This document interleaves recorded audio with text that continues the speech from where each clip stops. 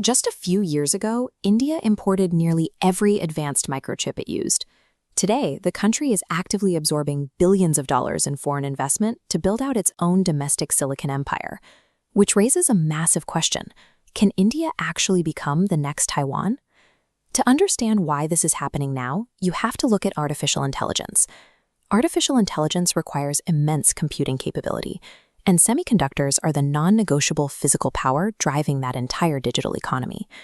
India's reliance on outside nations for this hardware was severe.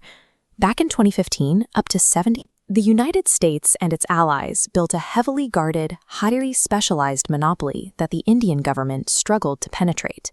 They tried multiple times to break in. In 1983, Prime Minister Indira Gandhi launched a new electronics policy and directed $40 million to establish the Semiconductor Complex Limited. That cycle of effort repeated decades later. In 2007 and again in 2012, Manmohan Singh's government offered massive capital subsidies to attract chip manufacturing. None of it resulted in lasting traction. Decades of policies left India stuck at the absolute bottom of the global value chain. They were a massive consumer of technology with zero production capability, entirely vulnerable to external supply shocks. The ongoing technology war between the US and China created a sudden opening. Washington began aggressively trying to pull critical tech supply chains away from Beijing, creating a temporary geopolitical window for alternative nations to step up. India capitalized on this aggressively. In December 2021, they launched the India Semiconductor Mission, or ISM 1.0, deploying a massive incentive framework worth 76,000 crore rupees to attract foreign and domestic manufacturers. Instead of building the world's most advanced fabrication plants right away, India aimed for the accessible end of the value chain, outsourced semiconductor assembly and test, or OSAT. Under this model, India imports raw wafers, physically assembles and tests them domestically, then exports finalized products. By mastering the less complex assembly stage first, India secured a vital foothold. They proved to the global market that they could handle the massive physical infrastructure demands of silicon manufacturing. We can see the first major result in Sanand, Gujarat. Micron Technology is building a $2.75 billion facility to assemble and test memory products. Domestic firms are also buying in. Tata Electronics is currently constructing a massive 27,000 crore rupee packaging facility in Assam. This document lists 10 major semiconductor manufacturing projects formally approved by the end of 2025, representing a 1.60 lakh crore rupee investment. These projects span 6 Indian states, covering everything from fabrication to advanced packaging and discrete devices.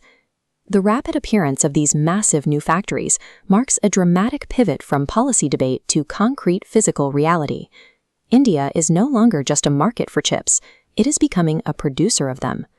But can India truly rival a hardware powerhouse like Taiwan? The reality is that global competition is fierce.